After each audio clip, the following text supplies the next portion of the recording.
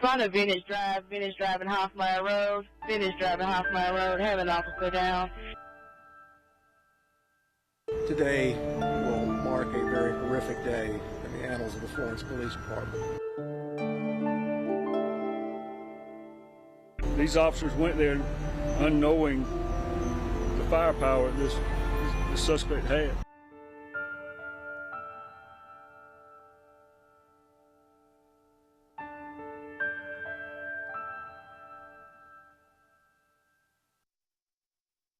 Exactly 6 months ago, we were starting WMBF News at 6 with breaking news. The news, law enforcement officers had been shot.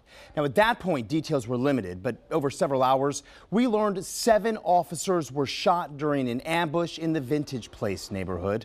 Florence Police Sergeant Terrence Caraway and Florence County Sheriff's Office investigator Farrah Turner both died.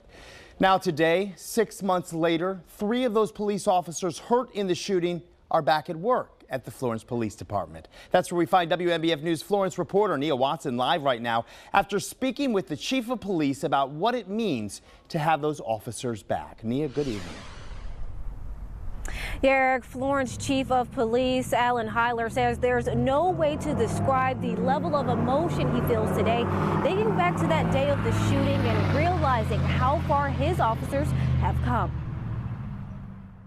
Oh, it's unbelievable. Yeah, coming from what we came from, that tragic evening. October 3rd, a day Chief Hyler will never forget. And not knowing the physical status of the officers at that time. On the wall of his office hangs a picture of Sergeant Terrence Caraway, killed in the shooting. 3 of his other officers shot as well. It is tremendous for me to be with them the night of this tragic shooting and see them recover and have them come back. Heidler says Sergeant Scott Williamson suffered very serious injuries, spending months in a rehab facility in Georgia. He returned to limited duty yesterday. The guy is tremendously resilient, with a lot of will to move forward. Heidler says Officer Brian Hart and Investigator Travis Scott have been back on duty for a while now, each returning at different times. Scott says his first time back felt like his first time ever, admitting he somewhat struggled at first getting back into the swing of things. Oh, where it's getting